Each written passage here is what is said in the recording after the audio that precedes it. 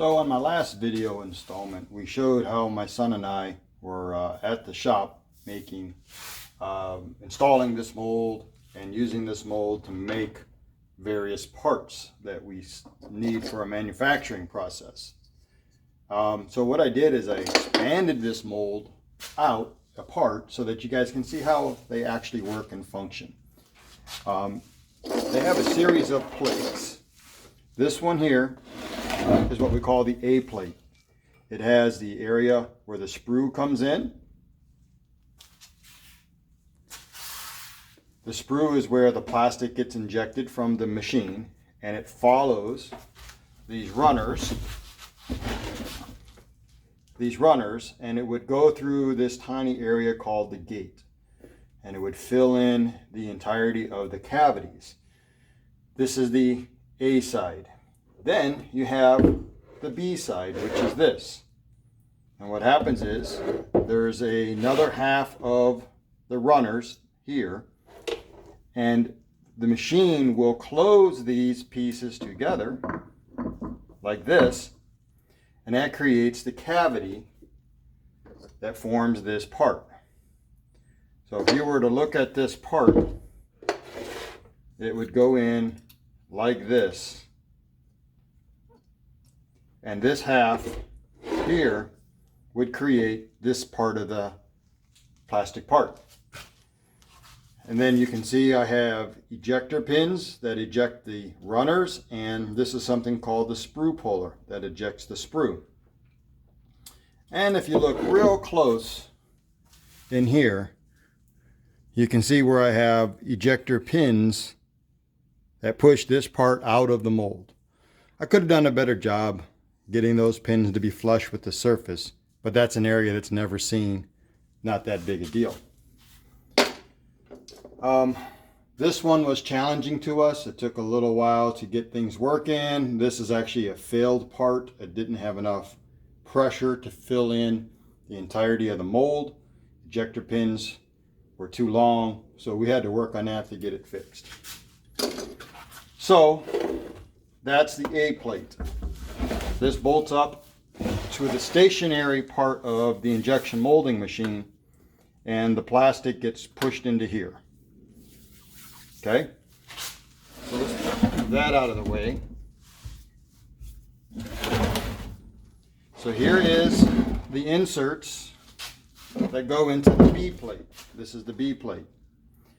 And you can see the ejector for the sprue, the puller, and then the ejector pins, they're all inside here. Now this is a modular design. These plates are built to have removable inserts so that we could do multiple types of parts. So what I'm doing today is making more of these for different profiles of parts that we're going to put in there. So I'm going to take these out. Maybe I'll flip them over, use the back side. Maybe I'll just start off with new steel. I have new steel here that I've been working on getting two size. Surface ground one side, milled side on the others. Our process is to get these to the right thickness, width, rounded corners, so that they will fit inside this mold. So after the B plate, after these are installed, it gets backed up by the B backing plate. These will get bolted together.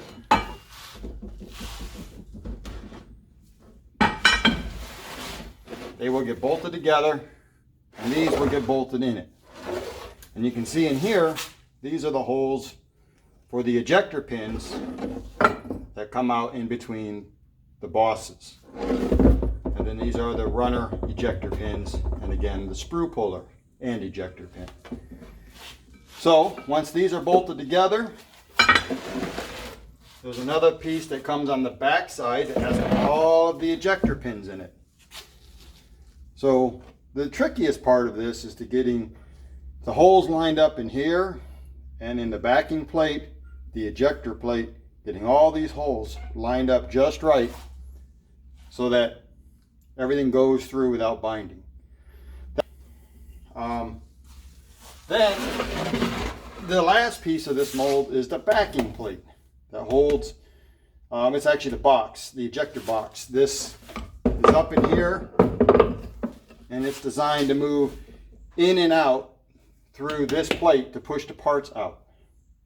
So that's what we are looking at as far as the injection mold. So I'll set all this out and I'll give you a wide shot of how they get assembled. So now you can see from the distance, we got the ejector box and the ejector plate that moves in and out. All three of these get bolted together as one stack this wide. And these pins go through all the holes out this end to push the part out. And this would be the part that pops out. And then this is the A plate that holds the other side of it, and the sprue, the hot plastic is put in there. This mold will separate on the parting line right here. So when all these are bolted together, they slide on these pins back and forth, so that in the machine just opens it up for every part cycle that's going to happen. In this case, we make 2 parts per cycle. This is the stock that I have so that I can make my next parts. We are going to make a part similar to this, but it's going to be shorter, 6 inches shorter, or 6 inches in length, and only 3/16 across the width.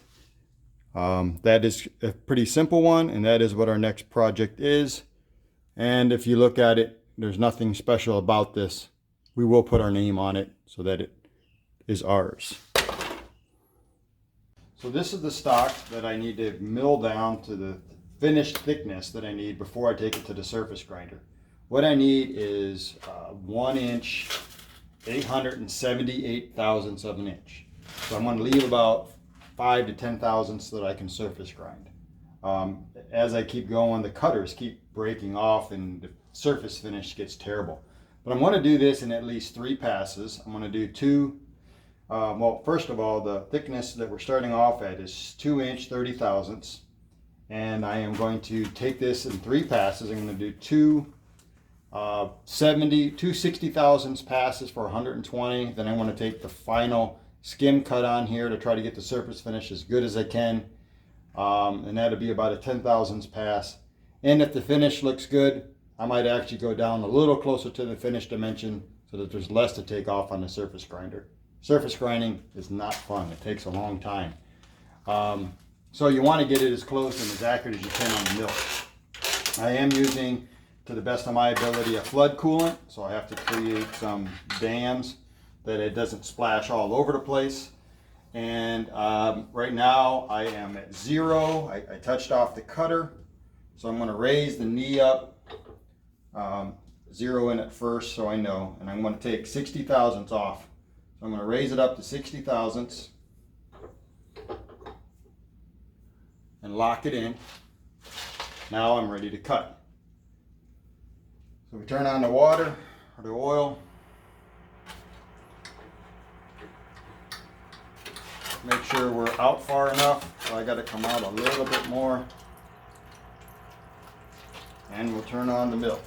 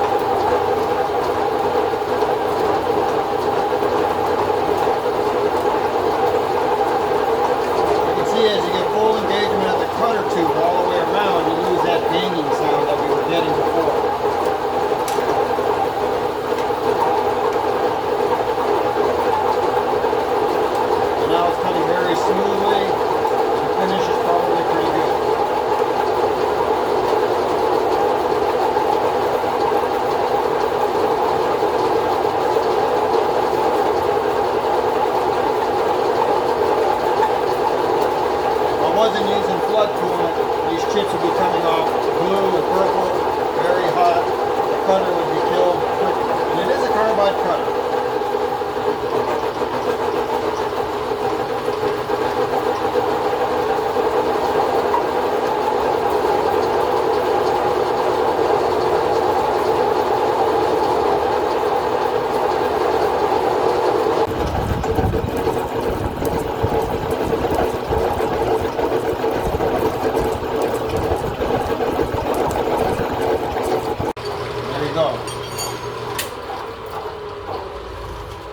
So we'll clean off the part, show you the finish, and we'll move on with lowering.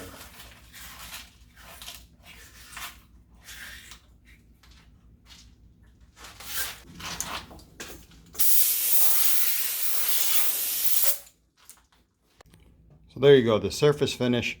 These were new cutters or new inserts into this, and the beginning feels smooth as silk, and near the end they've already been breaking down. And if you look real close at the cutter, you might be able to see that the tip has actually started to break down. So I'm going to have to try new inserts to figure that out. Alright, so here we are at the surface grinder. I got these down to 7/1000ths thicker than the dimension we want, and we're going to use a surface grinder to bring it down to the final dimension. That's a 36 grit J hardness wheel. So we'll just see what happens here as we go across it. Just looking for high spots. We don't want it to drag and crash.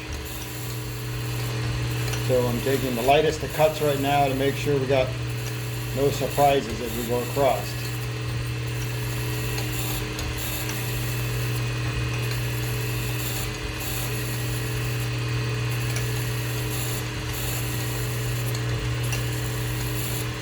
You can see it just touching the highest parts of all the crests left by the milling machine.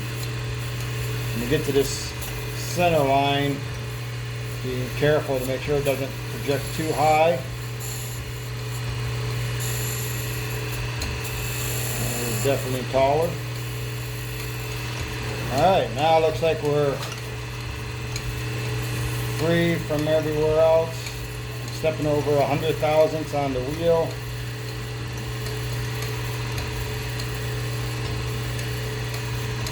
Alright, so I think it's safe to say there are no surprises on there. So here we go. We're going to lower it down 1/1000ths.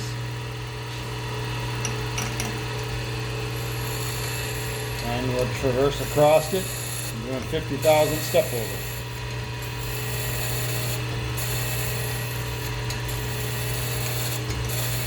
As you can see, it's still only touching the highest parts.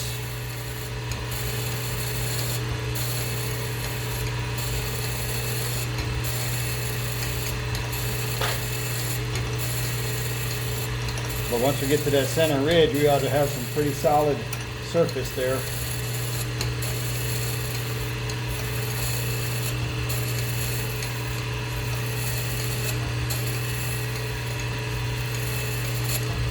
So you can see a milling machine does not leave the best of finishes without taking extreme care. And there you go.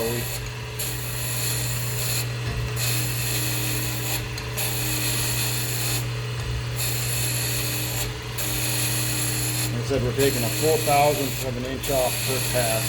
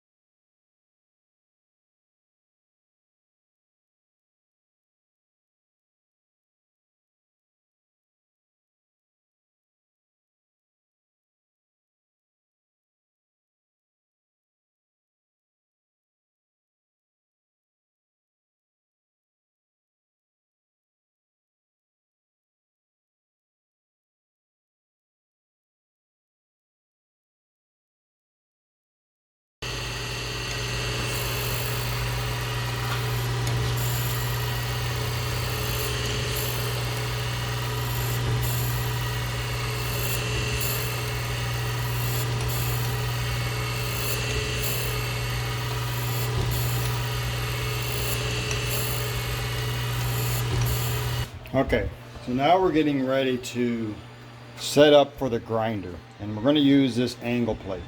And what I do is I first try to verify the quality or the flatness and squareness of my angle plate. I have ground this before and used it on the last inserts, these back here, and it worked well. Right now I am saying that it's within about 1/2 thousandths of being parallel right now. So as I sweep the surface, I'm consistently staying 1/2 thousandths positive. And as I get over to this side, actually it's staying again 1/2 thousandths positive. So that's telling me that this side is parallel to the other side. So that's step one on verifying whether things are square with this. So let me get set up for the other one. Make sure all your surfaces are clean before you trust the quality of your measurements.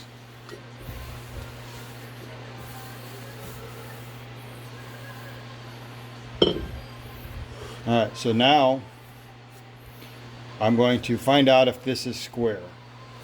Give me a minute and I'll be right back with the right stuff.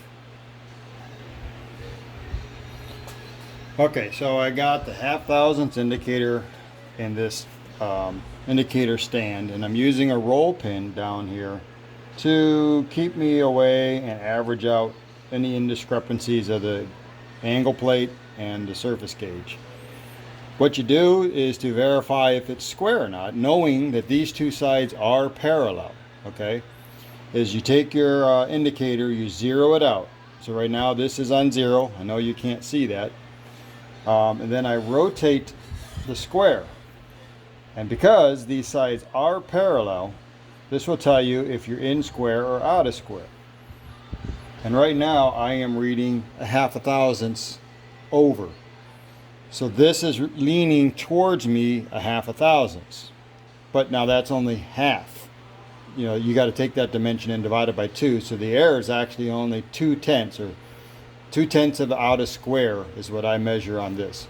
I think that's fantastic. So then we measure this side to see if it's in square, doing the same thing. And again, it is reading almost a full thousandths, but not quite. I'd say about 7/10 over. So you subtract the 2/10 that we had, this puts us about 1/2 thousandths or 5/10 out of square. And as that's assuming my granite plate or my surface plate is flat and true. This is a very old surface plate I got from my grandfather. I have blued it up and checked it on another surface plate that I have, and it looks like it's pretty close. There are some wear spots in the middle, but for the purpose of what we're doing in this job, you know, 1/2 thousandths, 2/10 of a thousandths is more than accurate for squareness that we need. So now, to the best of my ability, I've proven this square to be true and accurate for the purposes we need. Ready to go ahead and set this over to the angle plate to get it ready for grinding. And here's how we do it. What we do is we will clamp this piece to the angle plate. I'm not really caring if it's square or parallel. We're going to be just averaging this surface out to this surface. So we'll just take these large C-clamps, and I will just literally just clamp these things to it. Got to make sure we leave enough material. You know, we got to be sticking proud of this end over here, so that when we can grind this without touching up our angle plate. We will have to move the clamps when we get to that point. But what I'll do first is I will grind the top up here, and then I will rotate it 90 degrees. So I'll have to move this clamp and the other clamp and reposition them without moving the part. That's really important, because if it moves, you just wasted your time grinding it. You're going to have to do it again. So this setup is what I will take to the grinder. I will grind this side. Then, I think what I do, it's been a while since I did this. Then I would have to reposition these clamps and I would rotate it over like this. Clamp it, magnetic chuck it down, rotate this over so we could do this side. Then that would prove this edge and this edge are square to this surface and square to each other because this angle plate is square. And we're clamping ground surfaces to the angle plate. So it will maintain our parallelism between this surface and this surface, and then squaring it up to here and here by doing those two setups on the surface grinder. So let me finish getting this ready to go. We'll bring you back on the surface grinder. So here we are back on the surface grinder with it set up. We want to first do a touch off. Alright, but right there I'm hitting it, so I want to slowly traverse across here. Make sure there's no surprises. Seems like we're going away from, oh, there we go.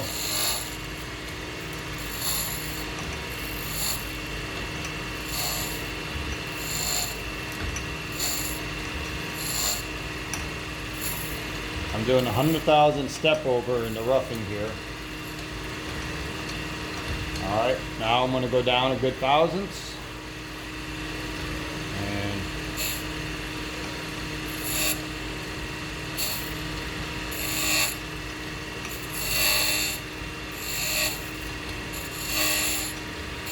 And there you can see our high spot in the center. When we had it on the surface plate, I told you it was rocking back and forth.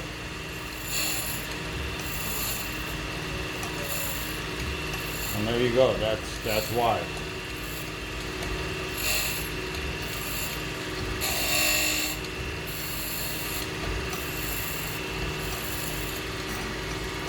Alright, so now that we're starting to touch more of it, I'm only going to do 1,000ths down and 50,000 step over.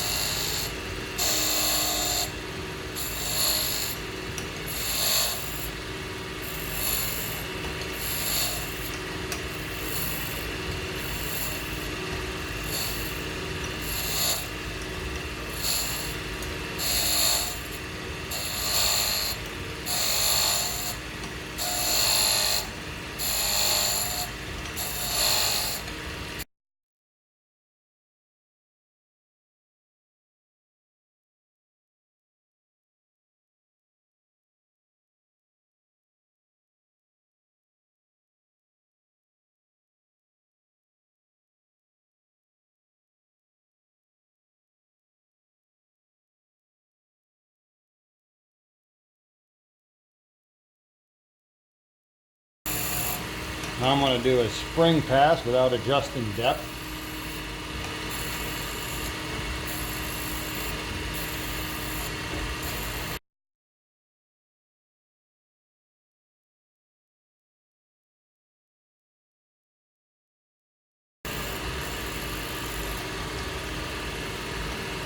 There we go. So now I need to move our clamps and rotate this so that we can do the other side. So I'll start off by moving this clamp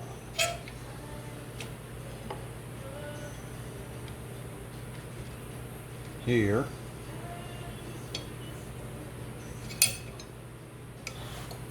And then I'll move this clamp up here.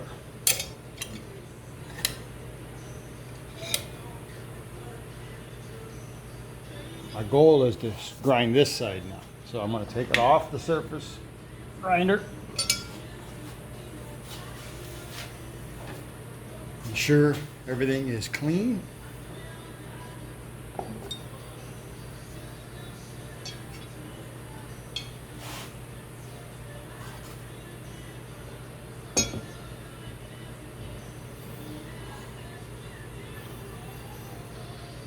And put it on. Make sure we are entirely on and flat. And now we will lower the wheel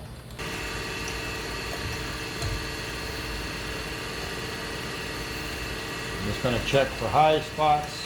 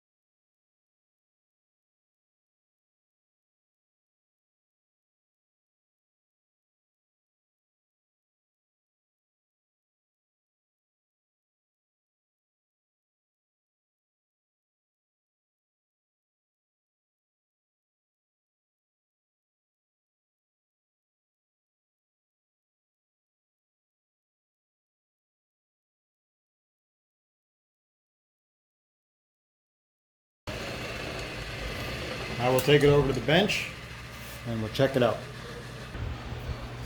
Okay, after deburring, cleaning all the grinding dust off, or most of the grinding dust, time to check it. Now I verified my setup again to my square. It's on. I am definitely in this place to measure square. And right now that is showing maybe a tenth leaning towards me. Hard to say from here. I don't have a tenth indicator. We check each side this way. And right now it's showing leaning away about 1.5.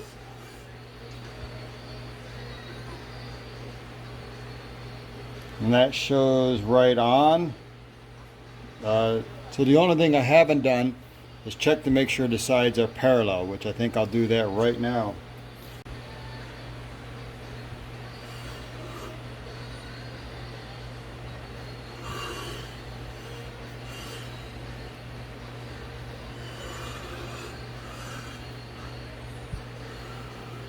Okay, well that shows it's flat within a couple of tenths, easy. Alright, so I'm not sure why we didn't get it square, but or at least square on the one side but not the other. I must have had a little bit of dirt somewhere. But I am going to consider this square enough for what I am trying to accomplish. So I'm going to get the mics out and we'll see how much more has to come off of this, and then I'll bring you back.